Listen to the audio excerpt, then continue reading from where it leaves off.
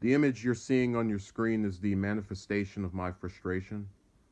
Uh, the one on the left is lighter than the one on the right because I've said many times I don't think race has to do with the. Basically, I don't think there'd be a difference in whatever ethnic group I approached. Uh, and I've basically said that since I've seen many people from different ethnicities do the same thing, it seems more like it's a generational pattern versus, one of background or not. But I did want to start this off by talking about the one on the left. So, when I was a senior in high school, me and this student went to school together. And there was one day where me and a bunch of, I think, five, six different male classmates sat at this table. And we saw her walk by. She was wearing some mascara.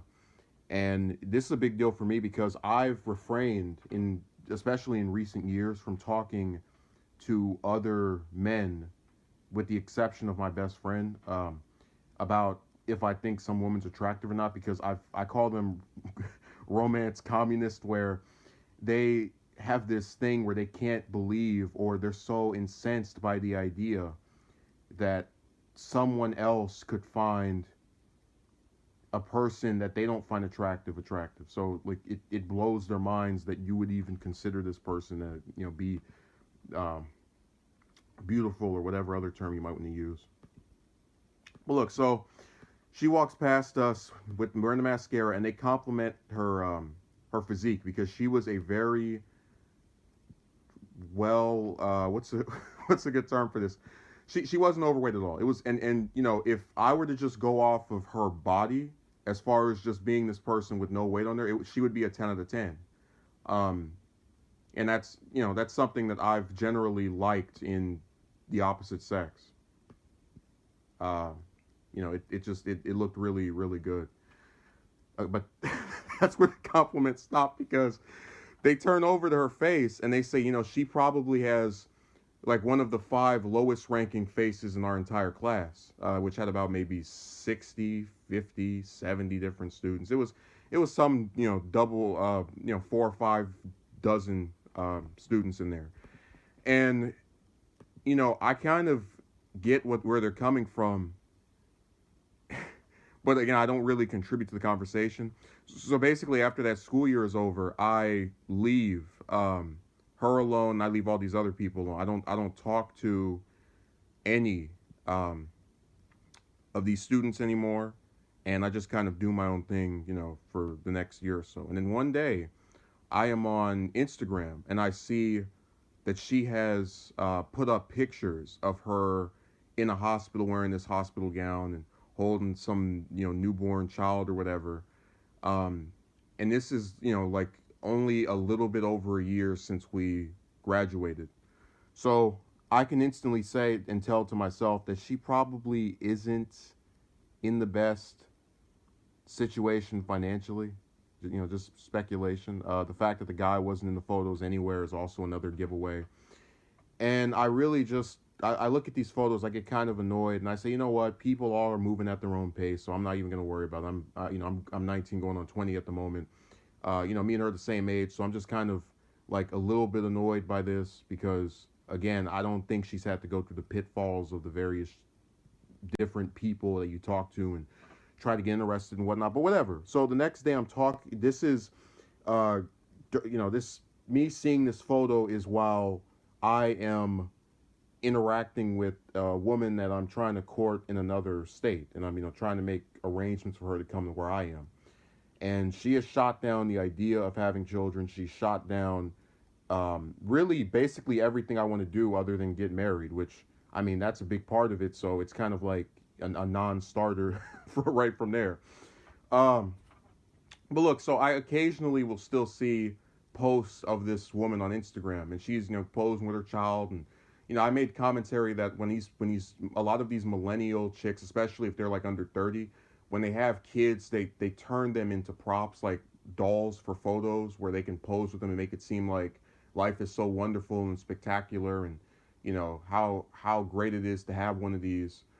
um it's all made up and fake, but you get the idea that this child became a prop for her mother's imagery, or his, I don't even know what the gender of the kid is, whatever it was. So the other person, the one on the right hand side, who I have had a much longer and more in depth interaction with, and who I also maintain, I think she's slightly better looking than the one on the left, as far as just the face. Um, but that's pretty much it. I would say the only thing either one of them have going for each other is that they are very well endowed physically. They're both really in shape.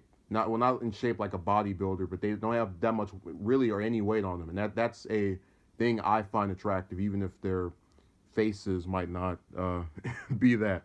But look, so when I found out earlier this year that the one on the right had gotten pregnant, and it was by this guy that she had been with for multiple years, because I had met the guy when this romance started so long ago. I was upset because I knew her story much more in depth than the one on the left. And I knew for fact that she had, throughout her entire life, lived in low income housing, um, basically lived paycheck to paycheck, as admitted by, her. And the guy was in no better circumstance. Now, they were, he was only like 2, 3 years older, but you get the point that these were two people who not only were broke, but well aware of the fact that they were broke. And their support group was very minimal. So it really made no sense. Like, when you know that for fact, you also know that these people probably didn't intend to have this child. And when you live in an era where you have all kind of different forms of birth control, like a condom, you kind of your level of sympathy really goes out the window. And I've said before, I couldn't care less if these people destroy their own lives. They're grown adults, whether you think they're young at 20 or 21 or 20, whatever the hell. They're still people who have lived childhoods where they were assisted by their parents or other figures, and just they've not been in this exact same circumstance. So it's a lot harder for me to just kind of extol sympathy, especially when we're talking about, like, a lot of people will say, "Oh, this person was born into this bad circumstance." Like, but look at what they're doing now. They're literally giving this child worse than they had on purpose.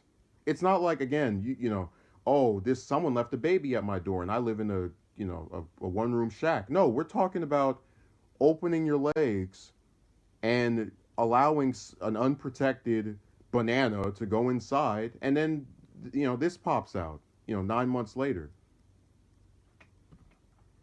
And you've got to understand that what is so aggravating to me is, I actually, since again I knew this person on a deeper level than the one on the left, I spent years talking to, and I've said this before, dozens of different chicks on social media, on various different places, whether it was school or at some store. You see some hot looking cashier, and it always felt like, especially when these people didn't reciprocate, and I would go and read these articles about, oh, don't send them any text messages, wait 2 hours before you write anything back, say this, talk this way, that I was being conditioned by society to transform into this other character, and really work toward attempting to appeal to a bunch of different broads.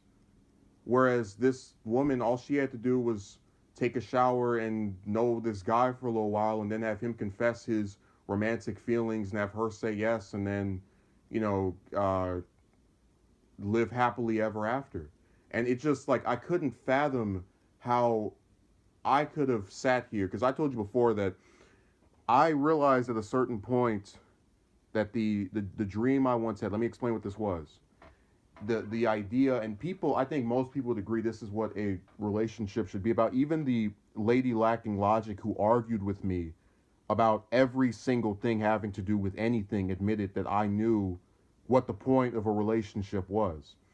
You have two people who accept the other person for who they are, that work through their differences, and that just genuinely care about the other individual, to such an extent that they're willing to keep up with just what's going on, and they enjoy being around that person. And I guess what I realized when I spoke to all these different chicks, and this is why I stopped talking to them at all after 2017, or really, I guess you could argue the end of 2016, but I would still say it dragged out a little bit further into that year. I realized I was never going to get that because think about my definition. I believed that one of the main appeals of romance was to have a partner who liked you for you, enjoyed being around you, and wanted to work through their differences with you. Now, ask yourself how the hell that's going to make an appearance in an era where a vast, overwhelming majority of the chicks I spoke to, I had to pretend to be someone else per the advice of these various romantic advisors online. I had to pretend stuff they didn't annoy me. And then if I did something they didn't like, no matter how small it was, they would cut me off. So you can kind of see, even if you don't agree, and we've had this issue here before, you can at least get the basic idea of if someone is told overwhelmingly because they have a banana, you must appeal to this group in all of these different ways and also accept them for what they are. But then the other group doesn't have to do any of that. You're going to feel kind of cheated. And we have a problem where people want the freedom to do certain things, but they don't want the commentary over it. You know, if I went up to either of these women and said, "You're an idiot for having a kid you can't afford," I would get told I'm mean. I would probably get, called out of my name as, I had just done, so it would only be fair, I suppose. But the bottom line is there would be this really palpable outrage that would be extolled toward me, right? And I watched both public statements by people that knew them and really just anything that you could observe unless you were, if, bar not actually living with these people. And it seemed like every single thing I saw, even if it was because your friends are going to lie to you, even if it was from people who didn't know them, was like overwhelmingly positive. Good job, girl. Oh yeah, your baby's going to be beautiful. Ooh wee, I wish I had one. I mean, I couldn't fathom where the hell it became a reward to perform a bodily function. I would sit, and I want you to understand something. In the same year, where actually it was right around the same time as the one on the left had her child, I had finished the first season of my show. When the second one, was announced to have gotten knocked up or whatever, I was starting the third season of my show. So I was always doing something related to a project that because I don't make money from, so I was passionate about it, and it seemed like I got nothing, just like no type of accolade at all for doing something that didn't harm anyone's life, that took creativity. I'm sorry, I just have to concede that, and you can call it egotistical if you want to, because remember you got to write this stuff out, got to edit it, you have to draw it, you have to go and talk to, negotiate with these different voice actors. You get the point. There was a lot of work involved, and it really seemed like all of that, in comparison with them opening their legs, was not seen as some big deal or a thing that should be commemorated, but the other was. And I thought that was ridiculous. But this whole scenario is ridiculous, and that's why I say I live in the Twilight Zone, because only in a strange, twisted, bizarre world could a guy who, and look, I have admitted before, I think highly of myself. A lot of people like to sit here and talk about, if someone isn't with another person, like a confidence, like, no.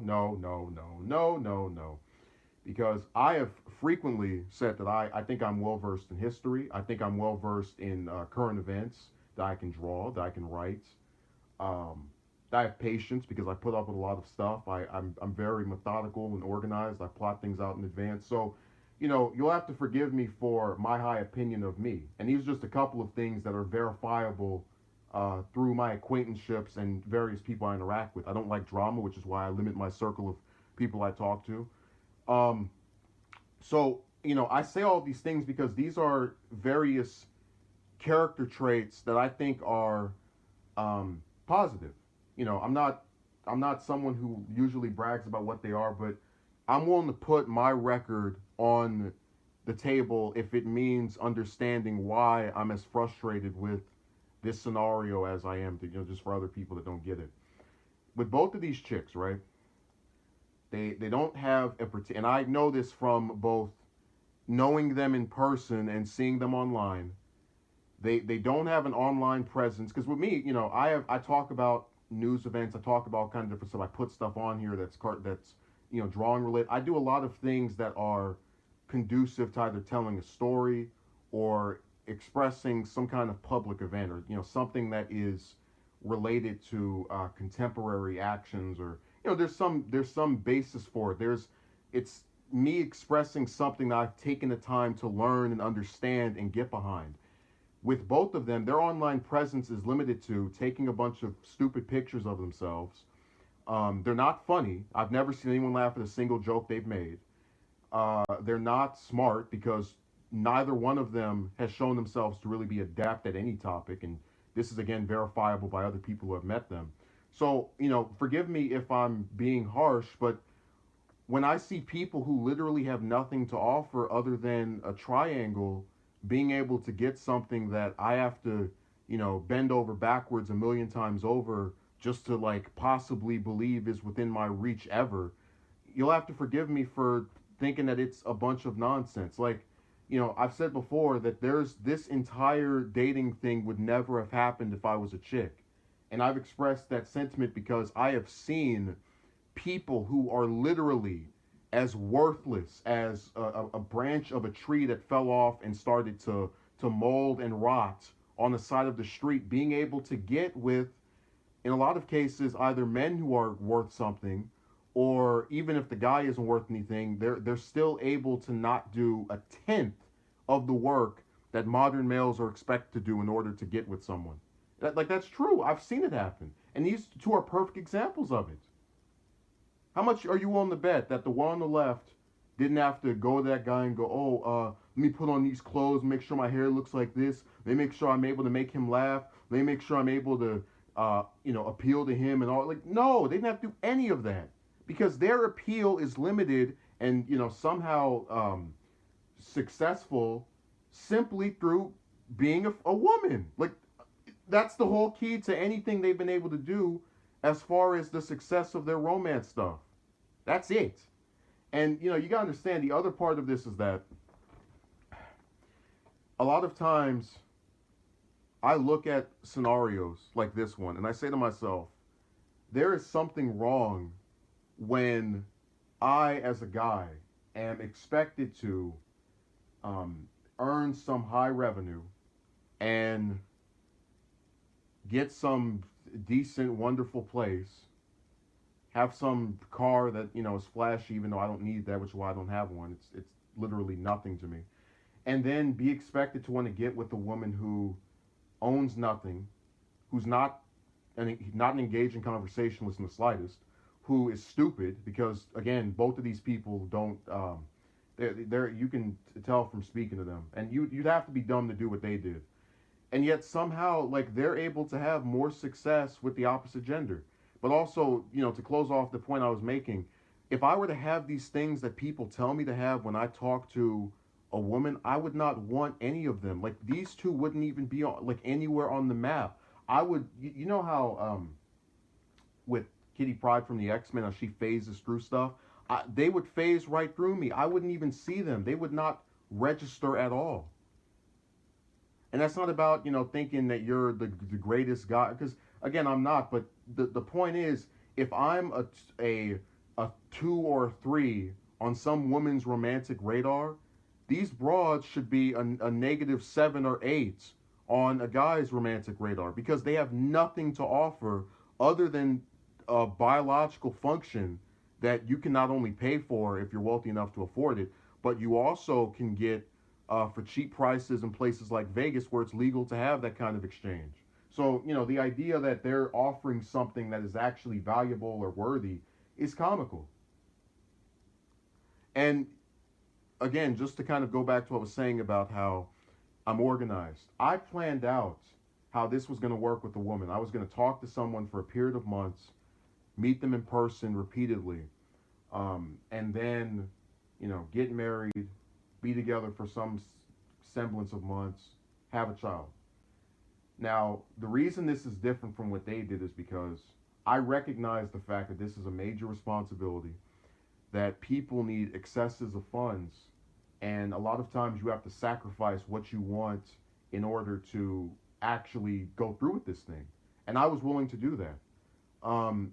With this chick, for example, this is someone who, with one of, actually, I'm going to use the one on the right as an example. The entire time I've known her for two things: saying a lot of stupid stuff, saying and doing a lot of stupid stuff, and having an excess of clothes.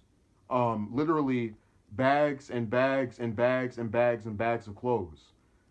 And listen, if you're rich, you can have all kind of stuff, but when you are, as she herself would describe, a poor person, you're not going to tell me that I should feel sorry for you or think you've had some hard time when you're well endowed when it comes to owning all this useless crap.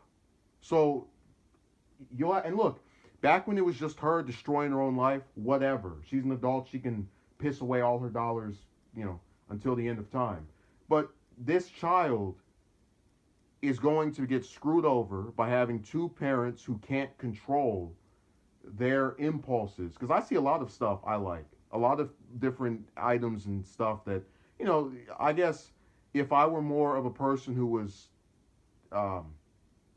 confident that nothing big financially would ever arise, I'd probably get it. But I always ask myself when I buy, let's say, a new shirt or some pants, am I going to wear this over and over again because of how good it looks?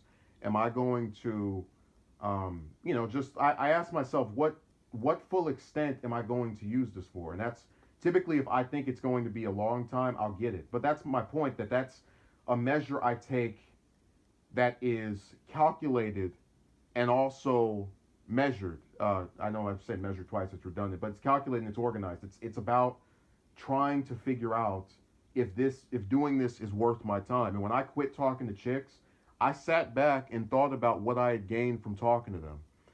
I had, lies made up about me. I had disgusting things said to me. I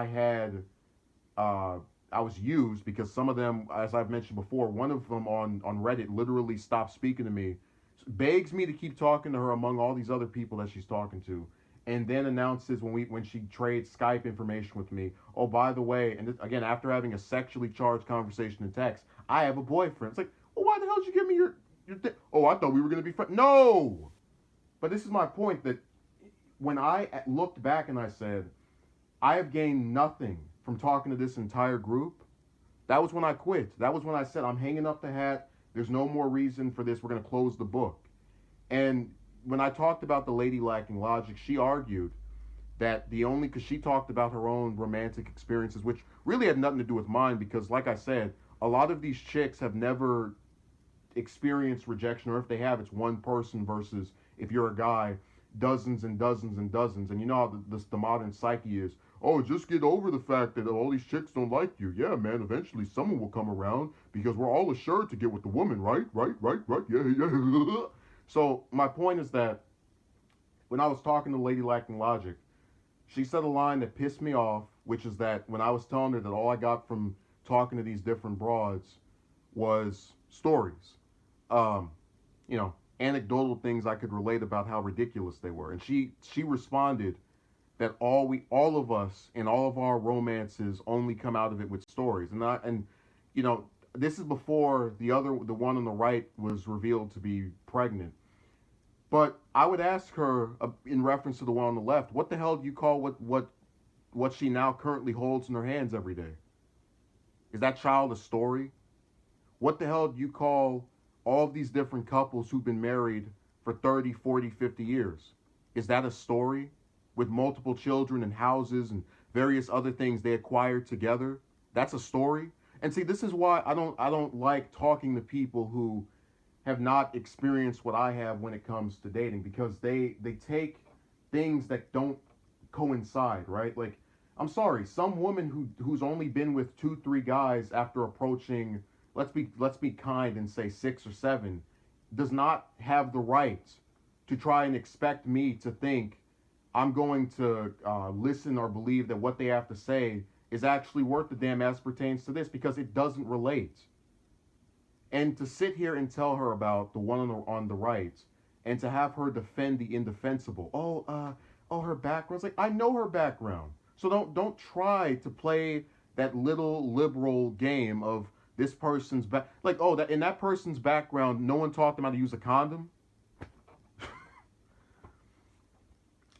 So, in conclusion, I hate the fact that these people are allowed to be parents and I'm not. I hate the fact that I've had to appeal to dozens and dozens of chicks through my personality, how I look and whatnot, and all they've had to do is open their legs and go, I want sex. I hate the fact that I have apologists like the lady lacking logic who will hear out a well thought out, example based disposition about the current the current dating situation, and respond back with this person who was only like what 7, 8 years older than me, respond back with such condescending nonsense as, "You're 20 years old. It's practically blasphemy to complain about a stagnant love life. Well, it'll change in 5, 10, 15 years. Oh, well, people who were able to get with someone probably had some character trait that you didn't." It's like, you're right. The character trait they had was being female and automatically having a bunch of guys go to. And I'm sorry, I don't get it. There's nothing anyone can tell me to have it make sense to me how a guy who puts up with the real lack of intelligence of a lot of his female contemporaries, but believes that if you put up with that stuff and if you accept people for who they are, they might do the same to you. How someone like that can get a metaphorical middle finger shoved in his face when he wants to have a child, but some broads that don't have a pot to piss in, and again aren't fit to lick the back of my foot, are able to be parents. You'll never get me to understand that because it is indefensible. This is a failure of the modern contemporary person.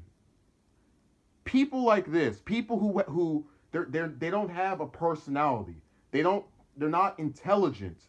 They don't have a field of specialty. They start drama. They offer nothing. In any other society, regardless if they were male or female, would be completely ignored, just entirely decimated as far as attention is concerned. And it would be the most righteous thing you'd ever seen.